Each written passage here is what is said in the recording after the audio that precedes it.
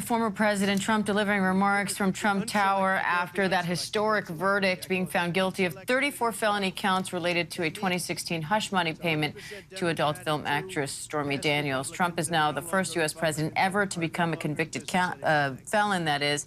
He's now calling that verdict very unfair. He says this should have been a non-case and is placing the blame partially on the Biden administration. I want to bring in our ABC News chief White House correspondent, Mary Bruce, for a little bit more on that. Mary, this isn't the first time we've heard the former president alleging that the Biden administration was somehow involved in this, but he's talking a little more detail here than we've heard him in the past.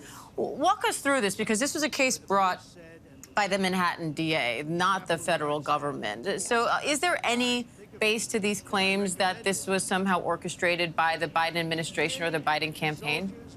No, and look, this is a baseless narrative that Donald Trump has been pushing, that his allies have been pushing, that all of this was somehow concocted and driven by President Biden and his administration. They have argued that this is all just a political hit job, that this was a witch hunt. That is an argument that you are hearing Donald Trump make again today, and I'm sure you will hear a lot in the coming weeks and months as well. Look, what we just heard from the former president there was quite the unloading, an airing of what appeared to be a lot of pent-up grievances about the experience that he has been through for the last several weeks. He's now sort of airing that all out in the open. And while we still are waiting for an official response or any comment directly from the president himself, we are watching very closely if and when he is going to react here at the White House today. President Biden has actually been very careful over the last several weeks not to comment on this case, because he doesn't want to feed this narrative from the Trump team that this is all somehow political in nature. In fact, the president has said before that, he hasn't brought this up, he hasn't discussed this,